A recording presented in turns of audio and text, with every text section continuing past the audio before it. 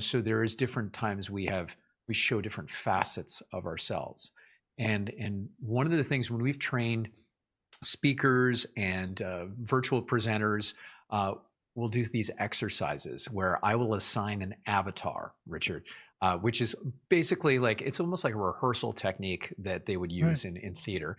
And I'm going to make someone go over the top in a way that they are not, right? So, one great example is if someone is very monotone and then they talk like this all the time and it's just all the same pitch the whole time. I will say, okay, you got to do your little presentation for us, but you got to be the kindergarten teacher. And so now, boys and girls, they have to overmodulate and they're trying to keep the attention of the kids. And is everyone listening? Okay, right. Welcome to the Sharpen the Spear podcast, where we help manufacturing executives command the front and win the floor. I'm Richard Walsh, creator of the Sharpened Impact methodology, and I spent decades helping leaders transform frontline teams, unlock hidden profit, and capture capacity they didn't even know they had. If you want to see where your leadership gaps are costing you and how to fix them, head over to grittolead.com and run the free Sharpened Impact Simulator today. Let's sharpen your edge and get started. And we are back on STS Sharpen the Spear podcast with another incredible guest, Anders Boulanger. It's pretty good, right? Yeah, okay. See, he tried to trip me up, but I don't let that happen because I'm a professional. But Anders, no one knows Anders better than Anders. So Anders, we need the backstory. Bring us up to speed so we can knock this conversation out. Yeah, for sure. So just a little background about me. When I was 5 years old, I got a Fisher Price magic set for Christmas. And that one little gift kind of changed my whole life. I got more and more magic books and sets for birthdays and Christmases. Started doing birthday parties when I was about 12 years old. Paid my way through university, got a physics degree. Started doing magic conferences and corporate events. I got trained by my mentor in trade shows back in 2007. And it kind of transformed how I performed and started creating engagement in trade show booths of companies like Microsoft, Fortinet, Veeam Software, a lot of tech companies. And so now I use that magic to be kind of a bridge to help connect with people. And my company, Engageify, we're on a mission to rehumanize business through engagement. And I wrote the book behind me there, Engage First, build trust, capture attention, and drive real results. And so it's really about all these learnings of having interactions with people kind of in the wild at trade shows and how we're kind of missing that these days, So with AI and technology, and we just don't rub shoulders with people as much anymore. I feel like it's kind of a dying skill. So I'm trying to bring that back in what we do. Well, I love it. I think it's very timely. Okay, because I'm with you. I think the pendulum, as I often say, has swung too far to the automation side. And people are starting to realize that actually. A lot of people aren't, but that's the masses, and I don't deal with the masses. So I'm just saying to people who understand engagement, they understand the meaning of it, the power of it, the power of being in a room, if you will, right? And all that. They're starting to see like kind of losing touch. I'm not really closing the deals I used to close. And when I am closing them, they're not what they used to be. That trust, that confidence factor is not there. People are engaging because I had some good copy and stuff like that, but it's not. I don't feel like they're locked in. Is that kind of what you've been seeing out there? Yeah, I mean, for example, even in our business, in the last 8 months, cold email has just gone in the hate it, gone down, right? And there's too much. It's kind of like marketing tends to wreck everything that's good eventually, right? Like, well, let's scale this, right? And so that whole piece, like, the emails aren't getting through. What's surfacing is what's real, right? And face to face is real. Being in a room, sharing the same air as someone, the trust is highest for in-person events. And so, the ROI, and we like to think of ROI as return on interactions, right? Yes. Like how far can you take things? And of course, in business, we're always talking about sales and, that's what drives business. But, how can we, further that relationship, even if we just want to call it that, in the time that we have? and there's a lot of noise out there. So how do we cut through the noise, and how do we, my book's called Engage First, and in the background you can't see it, but if I hold it up, it says, lead, persuade, sell, influence, educate. Like, before you can do any of those, you have to get their attention. You have to engage first. And so, this, like I said, this kind of dying skill set, we need to revisit it. We've swung into the technology, swung into the remote, virtual side of things so much. Actually, I shouldn't be down on virtual too much. Virtual actually made us realize how much we need engagement too. When we were in the heart of the pandemic, Richard, right? How many meetings and things, and they realized we need MCs that are interesting. We need some experiences. We need to like do a wine tasting mutual, at the same time. And so it kind of opened our eyes a little bit about what we're missing, right? Well, When we don't I have in think person. I think Anders, the challenge was, well, now how do we do it virtually? Like Yeah. we had to adapt to that. I mean, to get the Zoom and all that kind of stuff, but really it became someone like you can take an expertise in the room and probably has a far better chance of translating it to the virtual than the average person. Okay. Because a lot of people, they're on there and they're kind of, they're not, I think they're not grasping. Now I can say this because we do podcasts. I've done hundreds of podcasts. I've been guests on hundreds of shows, and there's a difference, right?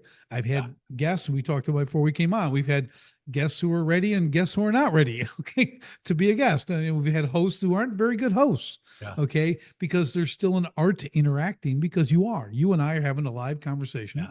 Right now, we're Yeah. going back and forth, and does background matter? Does sound matter? Does the visual matter? What are we actually talking about? Does that matter?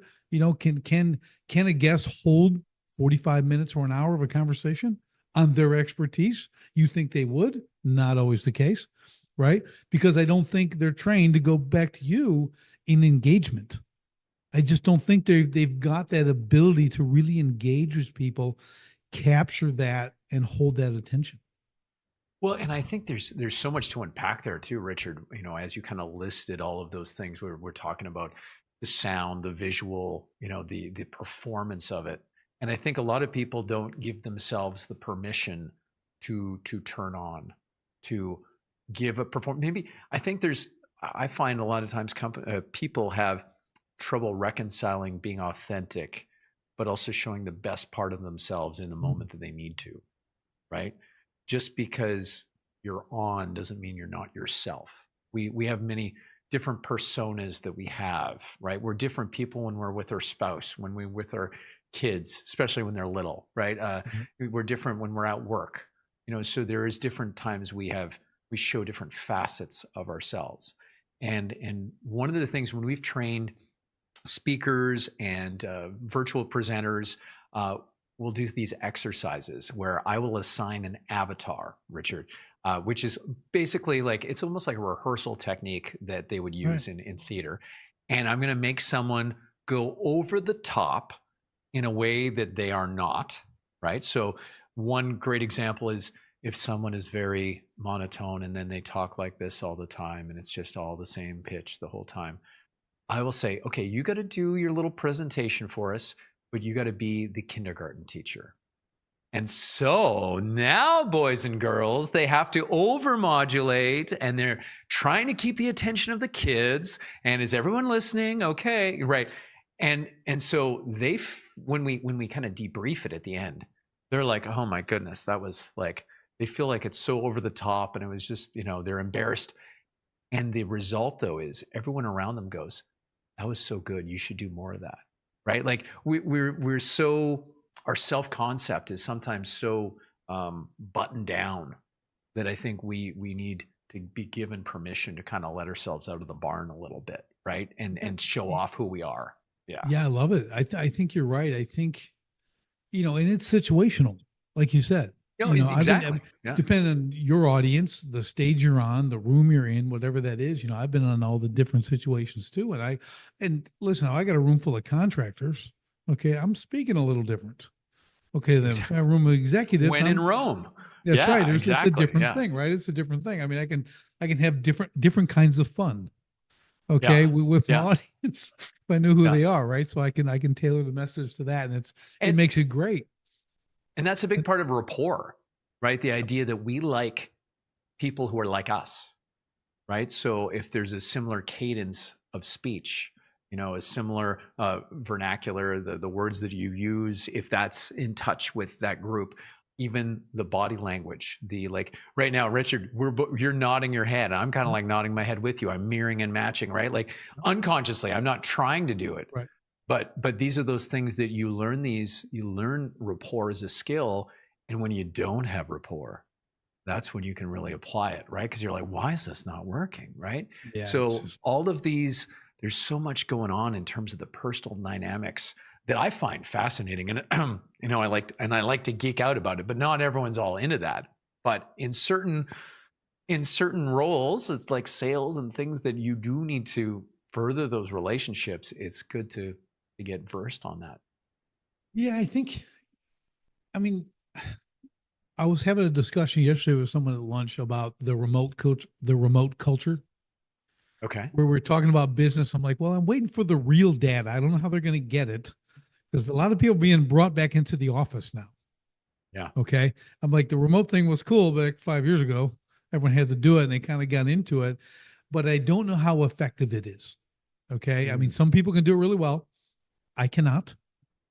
Okay. Tried. I mean, I did have 6 kids. Hard to do it when 6 kids are running around you the whole time. Right. But even now they're grown, and it's like, I don't work at home. I can do a little bit. Right. But it can't be primary. I don't have the home office and that whole thing. But I think a lot of people have not, again, it's more seclusion. What that is, and I think what the companies are realizing is we need the power of the room. We need the energy of being around people. I have an office at a co-working space because I want the energy of all these other people, and I meet people, I communicate every day, and it's collaboration, important. even with strangers. Like Tony Hsieh at Zappos, he passed away a number of years ago, but he made it so that in Vegas, their head office there was only one door that they could come in and out of, because he didn't want people going out the side door and not seeing each other. He wanted that kind of mix, right? He wanted that happening. And when you said not being effective, there's something we talk about in the book, is what I call the hierarchy of communication. And it's like the higher up you go, the more engaging it is and the more effective it is. But it's not always convenient. So like at the bottom, you just have written communication, whether that is longhand, whether that's typed, right? You just have the words. That's all you have. No tone, and not even emojis at this point. Okay, I'm not counting that. That's the next layer up, though, is if you do have emojis, which seems so silly to count that, but there is some research that when people see an emoji, there's enough of a face there that it lights up parts of the brain that recognize a face, right? So there is something, not to mention, you're making a joke, you don't want to be taken out of context, you're throwing an emoji, everyone you're able to have some emojis are lifesavers. They're from bad text conversation. Thank God for emojis. You know what I'm saying? That's another podcast we can do called "Thank God for Emojis." That's right. So the next level up from that is a phone call. Right now you can hear the tone of someone's voice. Right? They can use the pace, the pitch, the intonation, the speed, all all of those pieces, the volume, to convey what it is they're saying. And we've seen that famous Moravian study, Richard. And I always have to kind of put a little pin in this and say it's always explained poorly. And the Moravian study is, that 7% of the words, 37% of the tone, 55% of the body language. That was when those things were in conflict, what is believed. It's not just the case. Like, you can't just use that as a blanket statement. All communication. Right. And so one of the examples I often say, though, is there is some truth to it, because I can call my son when he was little, I'd be like, Keaton, like his name's Keaton. But if I say it that way, it means come here, buddy. Right. But then if I'm like, Keaton, and you can't see me if you're just listening, but my eyebrows were down and I was intense, now it's you're in trouble, right? Like the same word, completely different meanings, right? So there's elements of that. So that tone of voice is so important. And then you go up above that, you got the virtual, because now we have some visual element at the same time, like we're doing right now, Richard. Except, you can see me about chest up. I can see about you shoulders up, right? We can't fully express ourselves. In fact, sometimes when I'm on a virtual call, like I back up so that I can like stretch my arms out, because I feel sometimes hemmed in, because I love to use my hands when I talk, right? I'm a visual person. And then the last piece of that hierarchy at the very top, that's in person. No matter how much you click from place to place, you'll never replace face to face, right? Yeah. It's just it doesn't get any better than that. Now, it's not always going to be convenient to go as high up as you can, right? But being in the office, you can go right to the top very easily, right? And that, so what's convenient is also effective and is also engaging in that instance. Yeah, like I said, I went to lunch with the guy yesterday to go to lunch to face to face. We spent an hour and 45 minutes. I was expecting an hour. I got an extra 45 minutes. We had a lot of deep conversation. I was pitching, talking about what we can do for each other and everything else. But it was just, there's power in that. And I'll tell you, nothing happened. Didn't get anything I wanted. Oh, but I did though. I got all the information I needed. Like, I can't help this individual because he's not ready to be helped. oh, okay. So You it's know kind what of I like mean? you qualified him out in a sense. Exactly. So And I which thought, saves you time down the future. Yeah. yeah, and I Okay. thought I was going to close the deal. I Yeah. thought I got this. I bring the whole folder. I got everything. Never even Yeah. opened it. Okay. Yeah. Like the conversation with this, and I'm just directing that conversation. We're back and forth, and I'm like, yep, nothing's happening here. Yeah. It was just a nice lunch from some Right. friends. Yeah. We That's just right. had that. I'm like, you know what? I learned a lot. I got a lot of outcome out of that.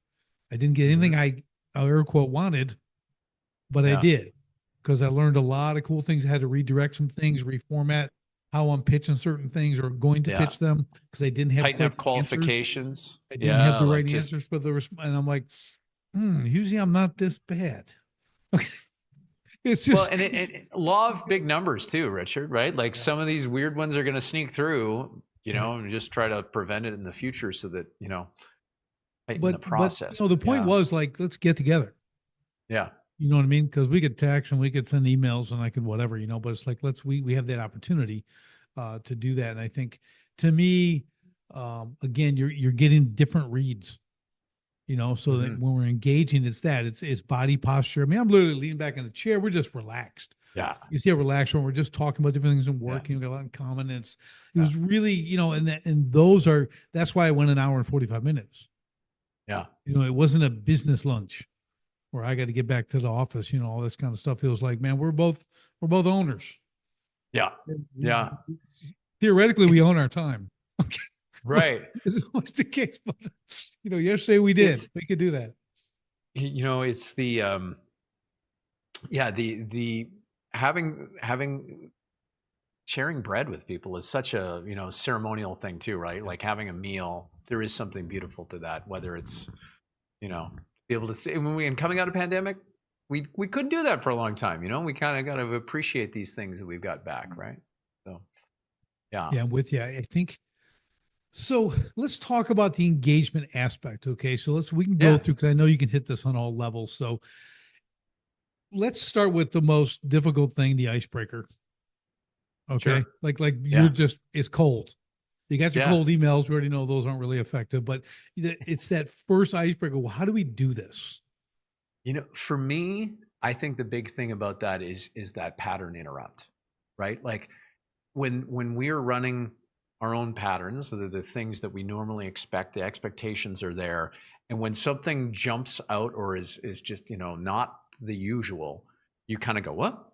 Right. And in that moment, there's kind of like, you create this gap, and depending on how you handle that gap, you can then win people over, right? Like this. So one of the things that I grew up doing magic at restaurants, and I would go to a table of people who are having a conversation, they're doing their thing, and your job is to interrupt them. They're not eating yet. Okay, this is before the meal comes, but the idea, you got to interrupt them. And how do you interrupt them and then ingratiate yourself to them, right? Like that you're doing something kind of rude, but then you got to take over and I just want to do my set, right? I want to be able to entertain these people. Or it's at a cocktail hour and there's groups of people, mingling.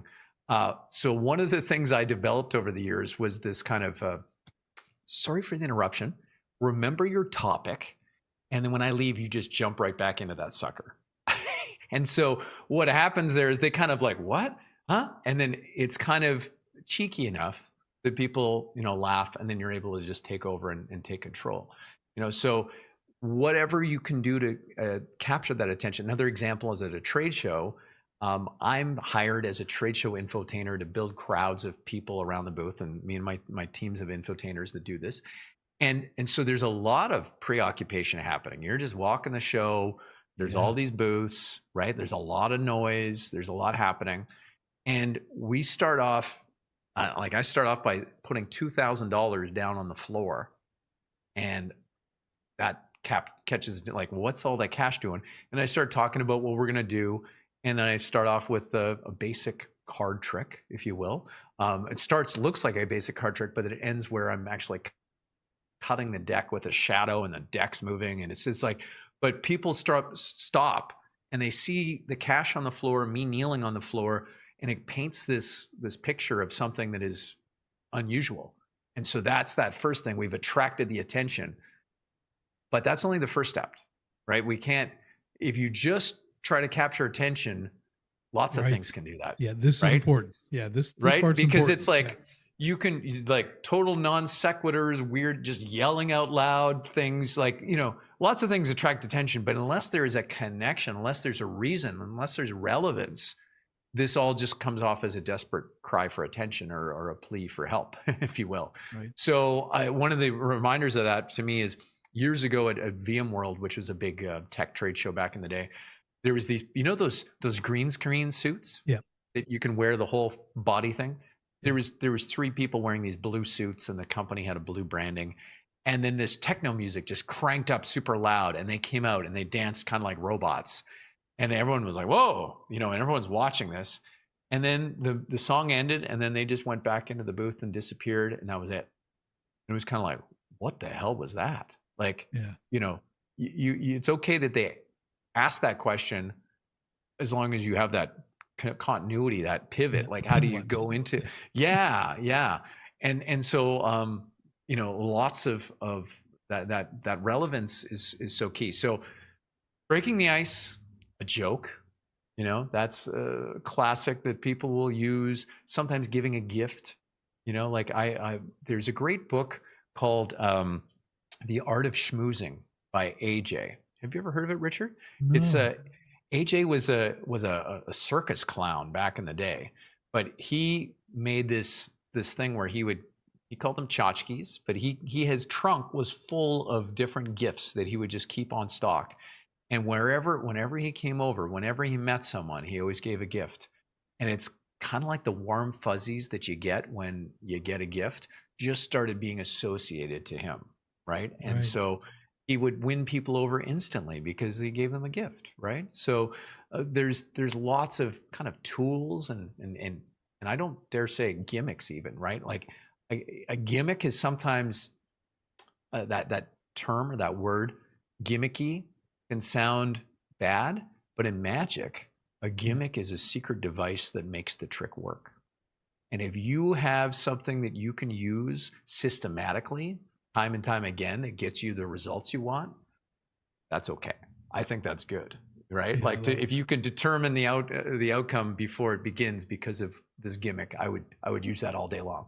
Yeah, that's cool. So let me run this by you. I'll give you a scenario. So there's a table. We're at a restaurant, so I could just go up to the table and just like, oh man, that chicken looks amazing. Just pick it up and take a bite. Is that a pattern interrupt? How would that work? Okay, there may be some caveats here, Richard. I don't know if I was. I'll pay for the meal. Enough, but I'll pay for the meal.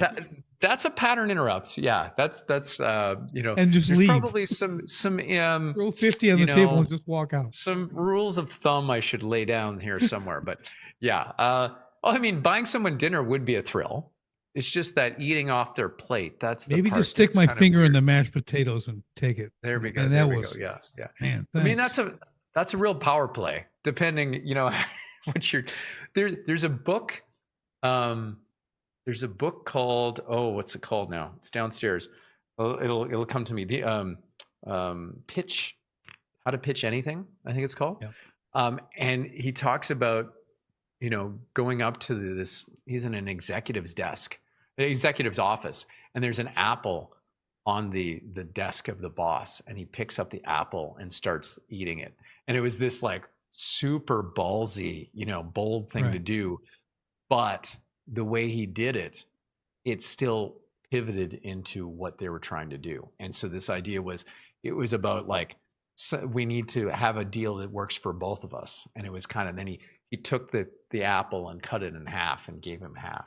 And so it was kind of like, it made sense for the pitch, right? And so there are sometimes things that you can do that are, out there, but you have to also be the kind of person to have the confidence to pull that off, right? It's Yeah. just Yeah. just Well, it's going up there and thumbing your nose at someone is not recommended in most cases, right. because we want to build rapport and we don't want to break rapport unless it's very much on purpose, in a sense, having that rapport come down a bit. Yeah. I think about and I'm sure you've met people like this too, but I've come away and gone, well, he's quite forgettable. Forgettable, yeah, yeah, Forgettable. Like that's a very forgettable person. Like that was, other people say, I'll never get that 5 minutes back or whatever. But I'm like, right, I go, right, well, yeah. what's he like? I go, he's pretty forgettable. Well, and I think that's I mean, no one no one wants to be that, right? And this is also a case of why we need to kind of look at how people perceive us. That's it. That's This my idea point. that at the first point of connection, when you meet someone, if that is not a moment of impact, that is the moment where you start being forgotten, Yeah. right? And so how you stand out, how be generous of yourself in that interaction by showing off who you are, and really getting into who they are too, right? The Dale Carnegie, right? He was the best dinner guest ever, and all When he them did was friends. ask questions, right? Yeah, Yeah. I mention that because there's people, people find me somewhat memorable. A lot of yeah, people remember me. I don't remember them. And it's a two-parter on the I don't remember them. One part is some people are forgettable. Other ones is I think I just forget them because I don't yeah. care and I'm being hard on myself. But I was and I'll going to give say, you an Richard, example. are you Yeah, maybe just an asshole? Is this part of it? could Like, there's that. That was a season. That was a see, season. What? So let me give this again. So my brother, they live in Arizona. I'm here in Wisconsin. And he sends me these pictures. He found this box cleaning out my dad's house and stuff, yeah, of these pictures from 35, 40 years ago. Okay. So he's got my two brothers, their wives, and I'm with a girl. I'm like, hey, is this so and so? I'm like, oh, I have no idea who that is. We're in like mm, this family picture with yeah, this girl. And I'm like, I have no idea who that is. Wasn't that so? I go, no. I don't know who that is. And I'm really trying to think. And I still don't know who it is. And my wife, who I've been married 26 years, right? She's like, you're unbelievable. You're just you got like, and I'm like, I just, I don't know. yeah. It's not Well, my it mind. was a long time ago. I mean, It there's that. was. I mean, That's it was right. like, there's that. I mean, part of it too, like this is not what I speak on in my expertise, but I do use it, is, memory techniques Yeah, for, that's it. faces and things like that. Right. And so I do a thing when I perform my keynote where if I get a chance to interact with people before, that name goes into my head. I say it a few times. If there's something about them that I can connect to that name, Yeah. David Dove, right? You see a dove perched or crapping on their head, and you Right. make it fun and all those things that that the memory techniques are known for.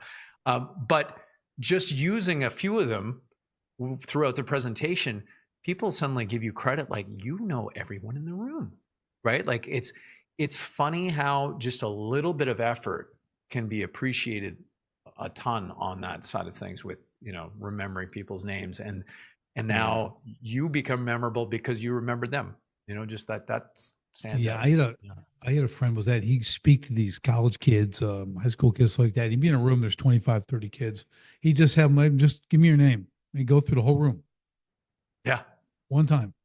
End Yeah. of the whole thing. All right, let me just so you know, Bob, Jim, Bob, and he'd do Yeah. the whole room. And everyone's like, oh my, like, Yeah. I'm like, I could never. Okay. But he just, You so could though. You it, could. And I, a big if I part of really, memory. really wanted to, if I want to devote like years of working on that, I could. But I love that technique because that was a memorable thing for them. A You know, big, and I'm I still have a, talking about it. That was 30 years ago, yeah, and right, I'm still right. talking Yeah. about it. Right. Yeah, So it's exactly. Well, and yeah, how can we stand up, be remembered, doing different things like that? I mean, it might be worth learning something like that for some people that's right. listening, right? I have a couple of memory experts who are friends of mine, and they, one of the things that they say, and I totally believe this, is that we're so hard on ourselves in terms of our memory that we'll say, "Oh, I'm horrible with names." Yeah. Yeah, Yeah. you keep saying Just that about yourself, reinforce right? that. Yeah. Just But reinforce it. yeah, exactly. But when you start kind of making an effort and asking their name and doing some steps to repeat it in your head and just get it, and then think, how am I going to remember this in the future? Just that little process does wonders. And then stop saying that you're bad with names, because everyone is so bad with names. They say that about themselves, that when you start becoming just a little bit better, it's amazing, right? I And always, I, I always said two things, Anders. I'm like, well, I don't remember people's names because I truly don't care. That was my first thing. Okay. Because I don't care. well, Okay. that's what we're So, talking about. but Yeah. here's the point. Like, so then I said, well, that's wrong. Okay. Yeah. When Heather Okay. relations really, I don't care. Okay. So I'm going to stop doing that. I'm going to stop Good. saying it's because I don't care, because I do care, but it's still, I'll do it repeated a couple times, do like, as soon as I meet them. But what I found was not just remembering their name in the conversation. It was 4 days later, 2 weeks later, and you remember. That's where the power is. When you walked Mm, up with someone, because they don't remember your name, most likely, yeah. okay, and you say, "Hey, Andrews, man, good to see you again, man. Remember we met like 2 weeks ago?" And you're like, "Okay," and you're like, "Man, you remember my name?" That is like a Ah, register, man. That is a right. lock in. Like, okay, now I have to reciprocate. I can't remember this dude's name, but I feel bad because like he remembered me. What the heck did we talk about? You know what I mean? So there's a Mhm. lot of power. It's an incredible tool. That's all I'm saying. And Like that ability to bring that stuff back up and remember that person, attach something to it, yeah. is good. Well, and just think too of the confidence you have when you see someone and you know their name, you're going to approach, right? You're going to instigate that interaction. As far as, like, if you see someone and you're like, oh, I should know their name but I don't, you're going to hang back, That's right. right? And so these moments of engagement and that willingness to engage, that's, there's the skills and the things that we're talking about that when you're in an interaction, but you have to want to do it. You have to want, and when you have two people, we talk about this in trade shows because we do trade show trainings and, like, making sure the booth staff are willing to engage. First thing is we want to make sure that they're not sending a vibe out that says "don't bug me," right? So Sure. that's like base level. Let's not try to repel any incoming engagement, right? And Let then me the let me next jump in here level, 1 second, yeah, for sure. just so everyone knows. Trade shows, done a ton of them. Okay, mother business. It is an art form. Okay, to be successful at a trade show, that's why I can't wait for you to continue. It's an art form. It's worth paying people, hiring people. Like, you don't understand the competition and every little bit that goes in just to grab some wandering individual to your, not just to your booth, but then to actually listen, do the whole thing. So and people just think you just go set up your booth because you're amazing. Like, and I got stories. I'm not even going to share them, but Yeah. I got stories. So like, Oh, this is really important. I want people to kind of grab a hold of this because they think they're just going to show up with a booth and they're amazing, yeah. and they're going to be sad.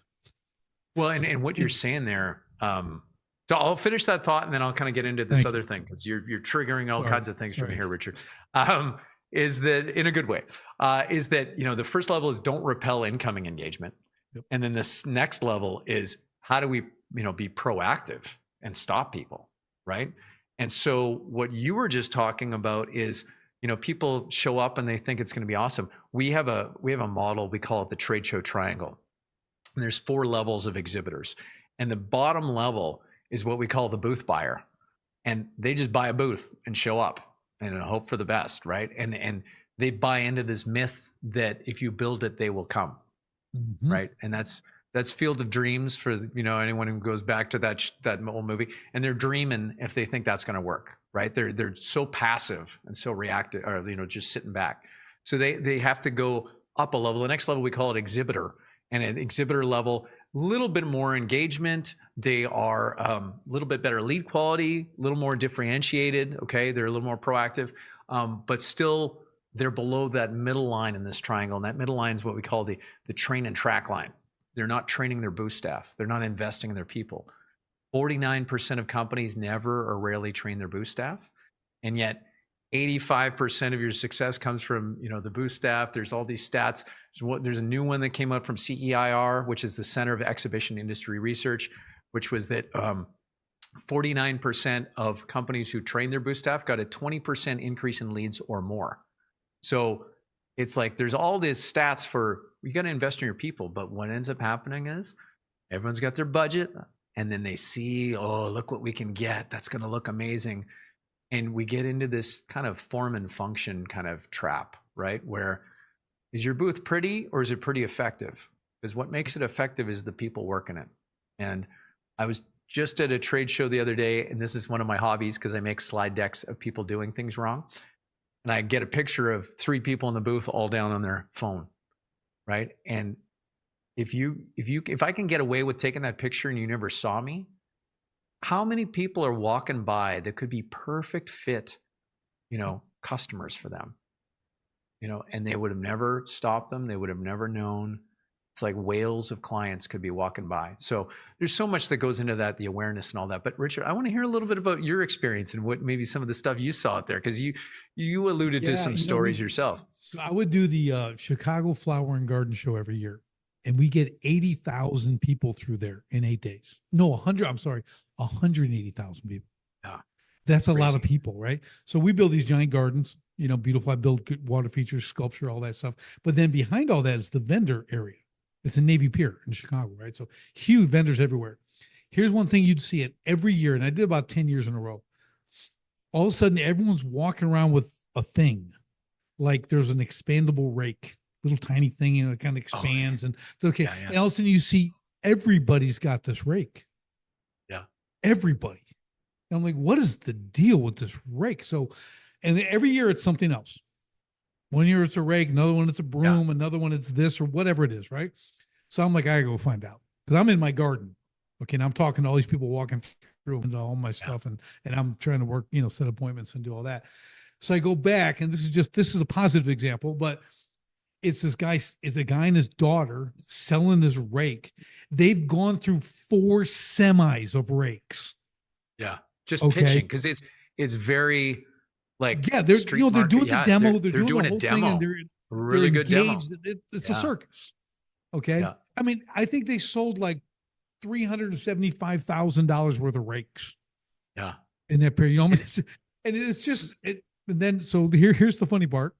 So I had these laser cutout. I did steel. I made these little like stick in the garden, like little caricature things, whatever, worms, whatever. So I've got my wife and my sister-in-law going to sell them. Okay. Got 2 attractive girls, and they're going to sit there. They're going to sell this. And I've got like 10 grand worth of these things. Okay. Cost. I'm like, we need to sell these things. So like not much happen. I can't get there. I'm in my garden. Well, I walk by and they're just sitting in these low chairs, just sitting there. Waiting. I mean, just sitting there. And I'm like, oh, how's it going? It's okay. Okay. I got to get back. 8 days. $29. Oh, they sold like 3 things. I'm like, okay, that kind of sucked. Okay. Yeah. So, and that pile of steel sat at my construction area for the next 6 years. Okay. So I finally scrapped it. You know what I mean? But, and I'd see other booths like that too. I'd walk around and you see them like, there's no engagement. Some people stand out in front of their booth and they'll engage and they'll talk. Some people have flashing lights, and I'm like like freaking out at all the stuff. Some have a corner booth, but I did a couple of years and I just gave up. Okay. I did another one. So and now I'm working the booth. I got my backdrop, and I had changed the name of my 20-year company, just flipped a little bit from Rick Rock to Extreme Pools. So I had ponds, waterfalls, streams.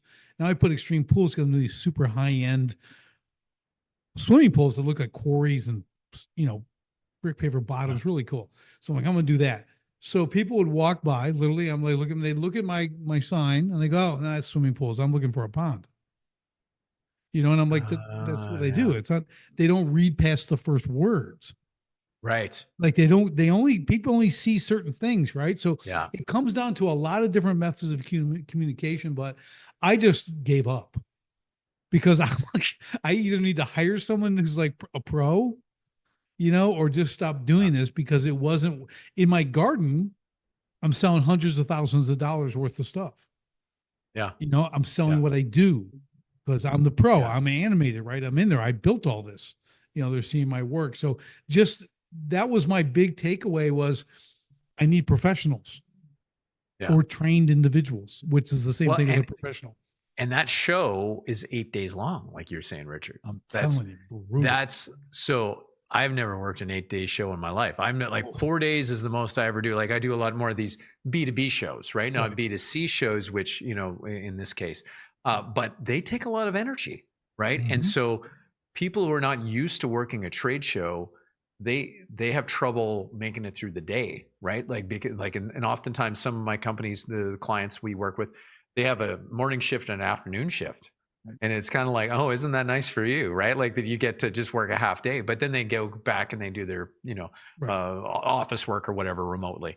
But yeah, we do use engagement specialists with our company, which are professional booth staff who have that energy level. They don't take, they don't take no to heart, right? They've Right. had so many no's in their life.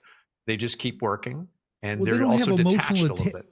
they don't have Yeah, that's emotional right. attachment to the business or the product. That's right. Which helps. They just, Yeah. it's just a thing, man. I got to do this for 2 days. You go to an Yeah. auto show, the big auto show, like in Chicago at McCormick. Detroit. So Yeah. you got all these models, they do their thing and they chat and they sit on a little thing, revolving thing. They talk about the car, then that's what they do.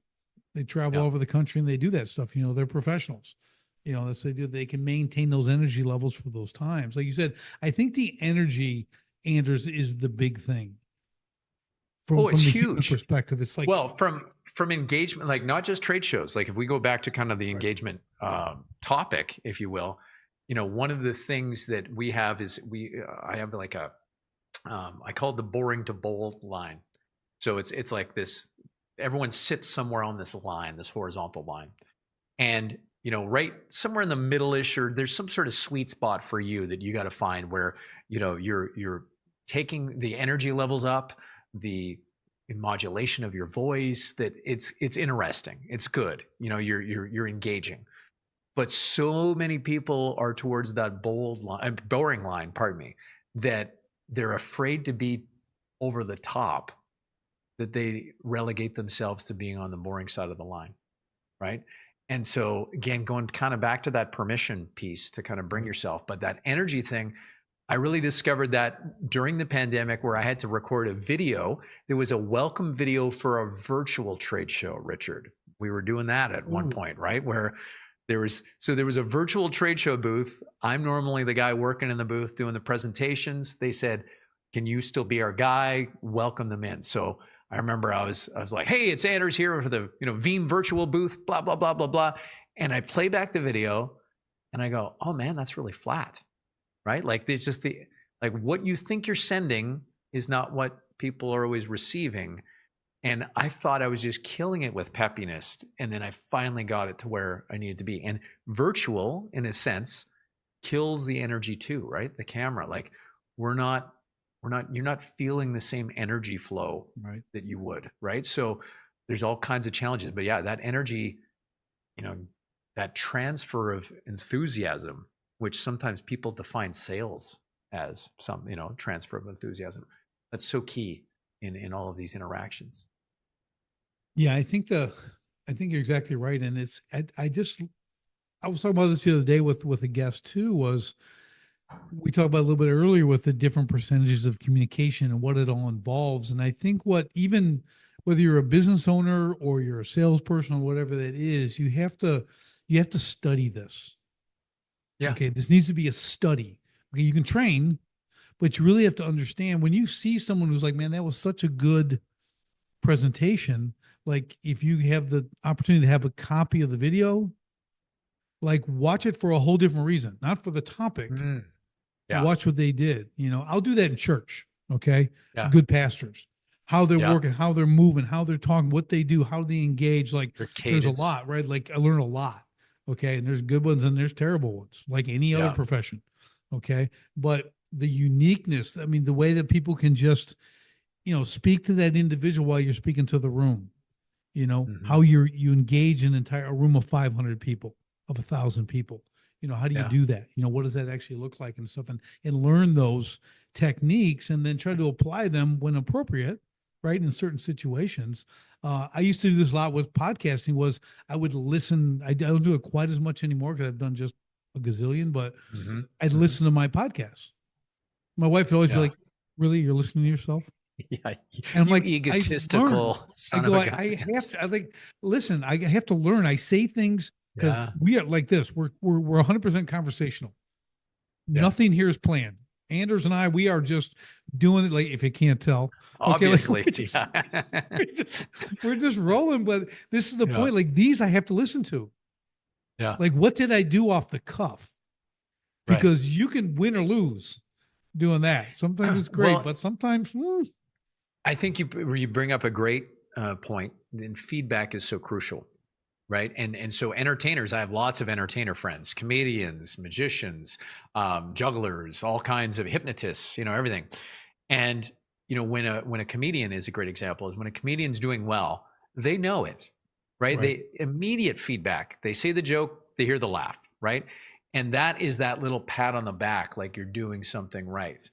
And so rarely do everyday people get feedback, right? Like sometimes you got to wait 6 months to get your review, from right. your boss or your manager, right? And so, in my book, I kind of talk about this too, that we need to kind of like measure ourselves, like go out there when you have your interactions, just take a look, step back for a second. How did that go? Like, look at what you did, because you can be giving yourself feedback, but you got to be thinking about measuring the right things, right? So, very key, right? What you're doing, listening to your podcast, that's work.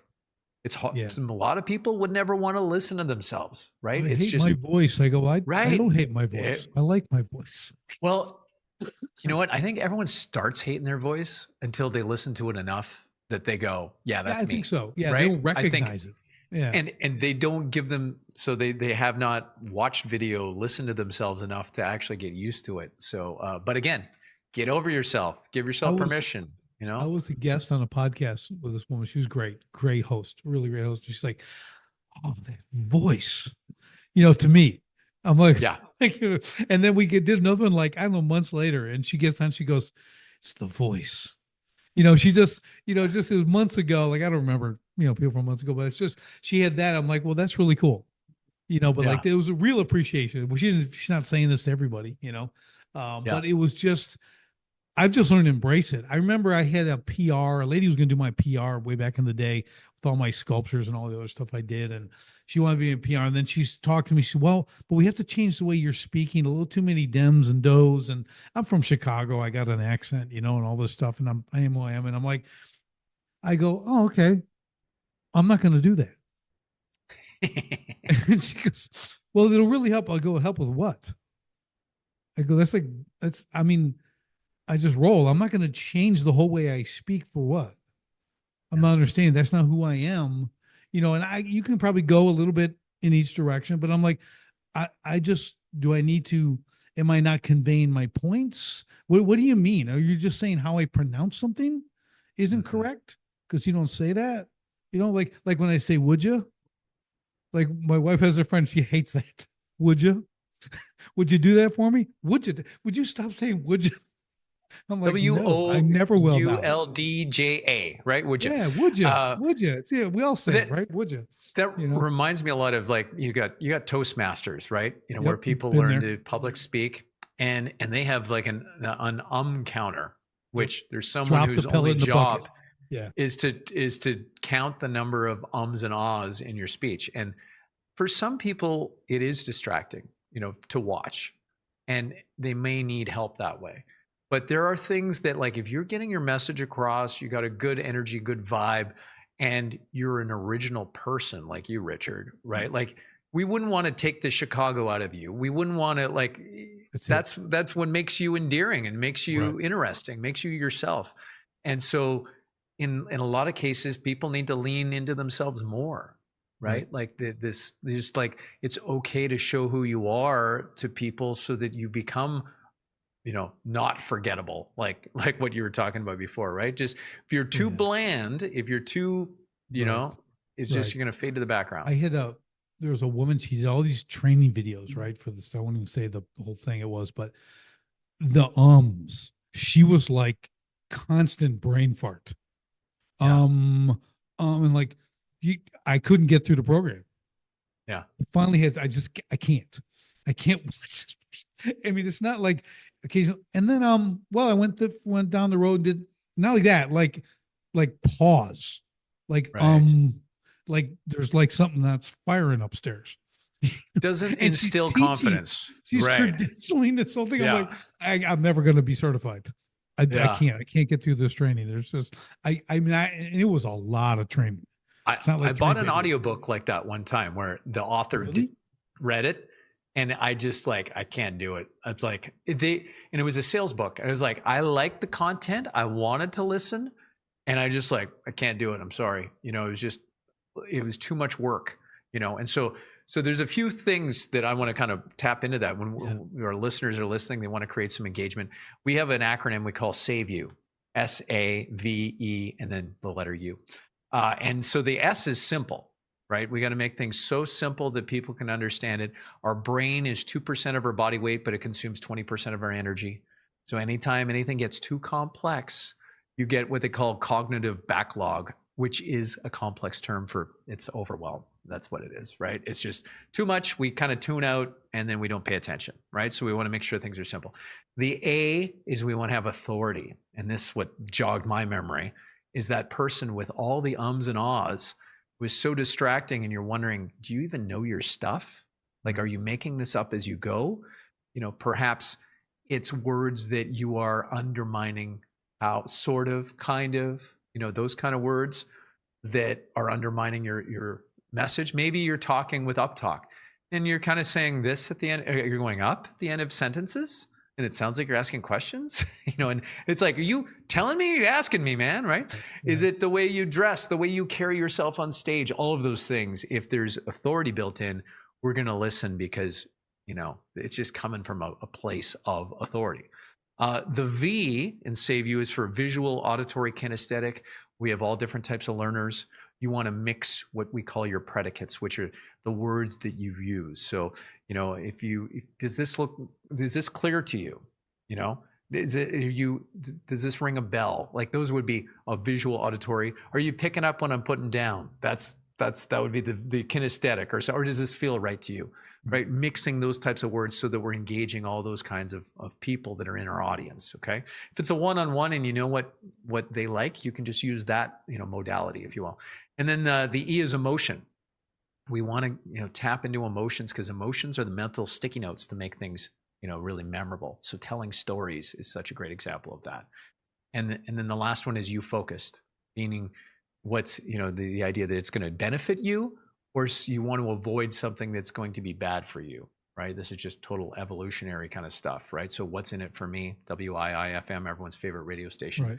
So if you're ever losing engagement, this will save you in that instance. So there's a little tip for your listeners. That's a great acronym. I love it. I mean, it's important. Again, that's part of a craft. Okay. You got to learn that as a craft. If you're engaging with anybody, okay, you begin there.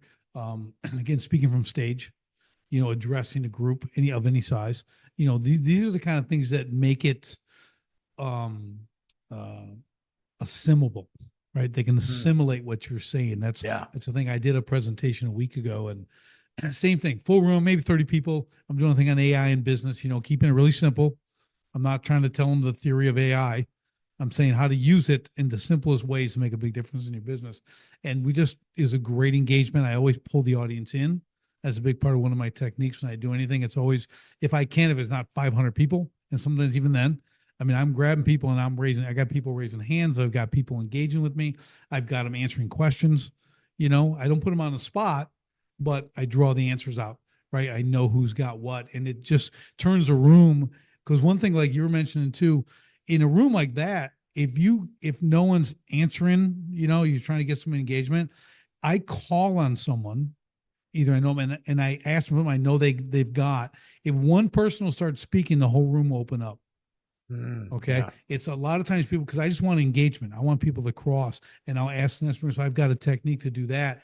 And I really like that, because then it goes back and forth, and that's memorable. And now everyone's engaged, Yeah. getting engagement in the room. Andy Andrews, that Yeah. is. He wrote Traveler's Gift and all this stuff. Like, so I'm speak like in '09 live, and I'm like second row, and just, he's one of the great communicators. He's unbelievable, right? But he comes down and asks this guy, he goes, "Oh, what's your name?" He guy goes, "Oh, it's Tony." He goes, "Hey, it's my dad's name." Oh, cool. And he's talking, he's walking all over the place, and asking another guy, "What's your name?" And he goes, "Bob." He goes, "Oh, that's my father's name." And then he does the next thing. He does like three people, and people say, they get it pretty quick and they laugh and stuff. But he had a lot Yeah. of different ways of engaging, simple Yeah. things like that. Again, not putting people on the spot, but just that movement, his movement in the Yeah. room, Oh, for off the sure. stage, down in, Well, just super soon comfortable. as you're in the audience, like the audience feels safe when you're on Right. stage and they're in the audience. And then when you're in the audience, they're like, it's a little bit like a teacher walking the classroom, right? Right. So you have to be paying attention. I talk at Exhibitor Live every year, which is a trade show and conference for trade show event managers and that sort of Mm-hmm. thing. And many of them, we're talking about remote working or whatever, many of them, they've got their computer up. They've got, the PDF of the slides that the session has to be submitted, but half the screen is their emails too, right? They're still working. And like, I Right. love to go out there and then like, oh, what are you working on? Right. Like, just like this whole, like, are you like, shut her down. Let's have an experience. Like, let's co-create something. And I think what you were just talking about too, where you want to get that engagement, you want to get them talking too. A presentation that's just a monologue is just you doing it for them. Right. But if you can co-create something and make it more of a dialogue, Yeah. and I say this when I do my presentations at trade show booths, it's not me doing it for you, it's us doing it for each other. Does that make Yeah. sense? Do you Yeah. want to have a good time? Let's do this, right? And it's like, let's collaborate and make this work. And I Yeah. I love think it.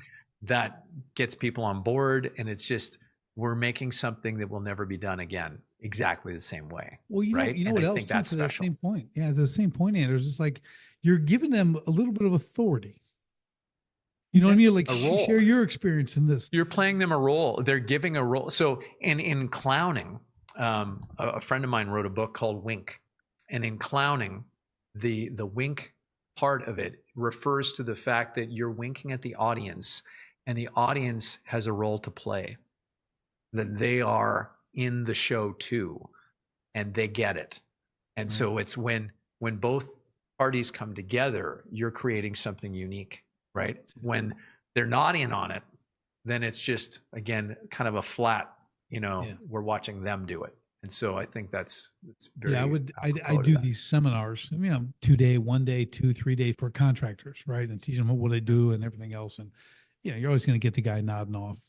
Okay. So I'm always in the audience, I'll be standing next to him talking. He's, his head's down, his eyes are closed, I'm finally, I give him a little bump with my hip, he wakes up. I go, "Man, we keeping you up, brother?" You know, and he's like, and everyone's sort of crowd go, "Come on with me. Come on up here on the stage." So I bring him Yeah. up on the stage, and Yeah. start asking, "What do you do? What do you're here for? What? You're here to learn what I do? Like, how you doing it? Let's talk about that." Yeah. And then I use him as this subject, like, Wow. go back and Wow. forth and stuff with it and Yeah. come see. Now, have you thought about doing this? He goes, "No, that's a good idea." So I went from him being embarrassed to him like, I'm teaching Right. him right on Yeah. stage. "Okay, man, thanks. You're a good dude, man. Thanks. You can go sit back down." Whenever you take someone from the audience, and I mean, being a magician, I've used lots of volunteers over Sure. the years, but that one person, the whole audience lives vicariously through them. So your interaction with them is like you doing that to all the audience, right? So it's like you're focused energy on one person. It's not like you're ignoring the audience when you do that, Right. and it's a very special technique in a sense. We need to handle people properly. That sometimes can be tricky depending on characters and Yeah, that great kind of point. thing. Like, That's a I, whole I other couldn't leave him as conversation. like he's sleeping, so I'm punishing him. Right. Yeah. And like, he's sleeping, woke him up. We got to laugh. I brought him up. I Yeah. lifted him up. I gave Yes. him new tools and then sent him back down. Yeah. We exchanged. I taught him And like one-on-one, like that dude never going to forget me.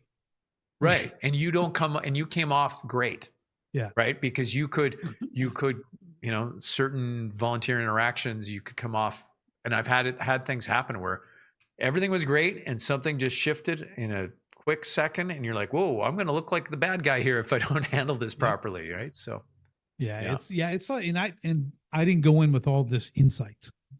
I just did it because I thought it was the thing to do. The Right. dude's sleeping. I'm gonna wake him up. Well, I and hadn't planned any of this out. I'm just like, no. I just worked through it. Just it ended up well, so good. Yeah. Well, I got a new Well, technique. got that in your back pocket, and there's probably, good instincts that you had there too that were at Yeah, play. yeah, yeah. It's just Yeah. it's just unique. I mean, this whole conversation, I think it's super valuable to the listeners because big umbrella engagement.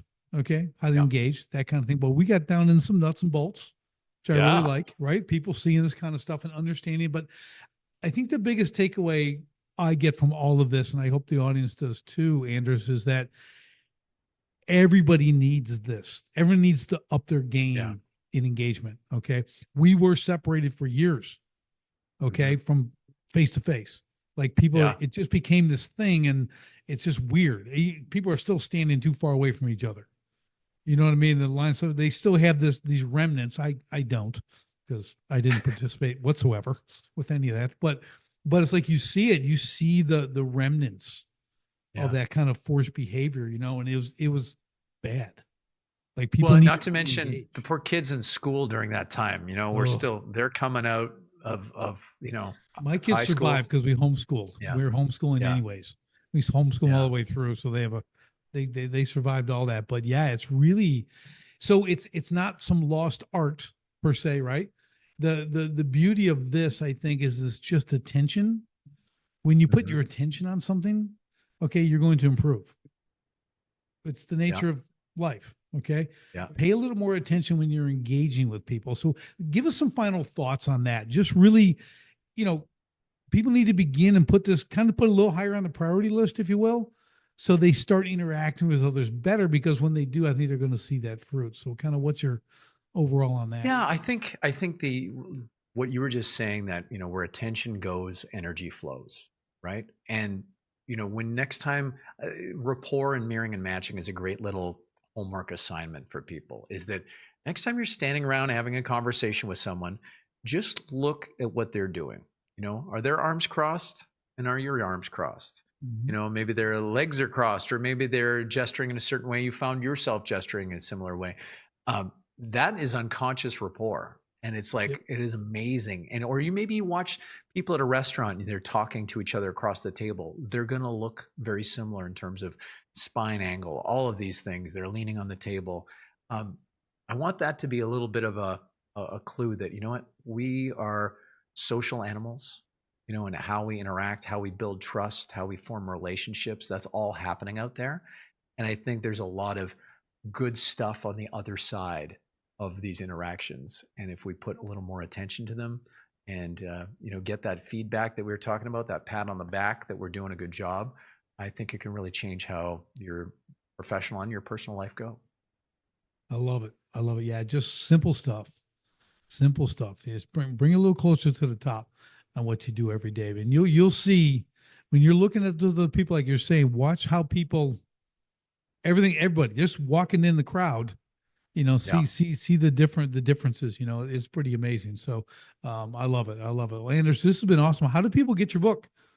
How do they get in touch It with is that kind of stuff? available on Amazon. Yeah, you can get it anywhere. And actually, if you're listening to this right now, also, if you get the book, even if you don't get the book, if you go to engage-first.com, that's a page for the book. And there's actually a free training for people, a presentation training, that if you get the book, you can get access to that. But there's also a PDF that they can download on 4 ways to engage, to be more engaging. So they can look into that. Awesome. Yeah. Awesome. Well, everyone take advantage of that. I definitely would make this a read. This is really, I'm sure, you discuss a lot of stuff that's in the book, but just getting that, as I love a good manual. Okay. There's a lot of good books, but like I write in field manual style. It's a how-to. I like how-to. It's like, and you get some actionable stuff in your book on how to engage in this kind of stuff. And don't forget all the trade show stuff. If you're doing trade shows, I'd reach out to Anders here because I'm Yeah, telling for you, sure. maybe, We got maybe he can tons of help you. tools. Yeah, we got a lot of stuff you can have for free. And then, yeah, and Or just we can hire him definitely and help you have him train. do your Yeah. show. But yeah, Yeah. it's I'm glad we hit the trade show stuff, my man. Because I'm telling you, I have nothing but pain.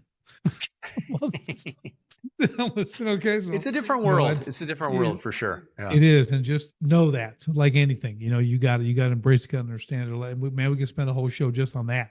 Wow, Hmm. that's awesome. Well, Anders, thank you for the time today, setting this aside, sharing anything you've got, man. I really, really love what you're doing. I love how you do it.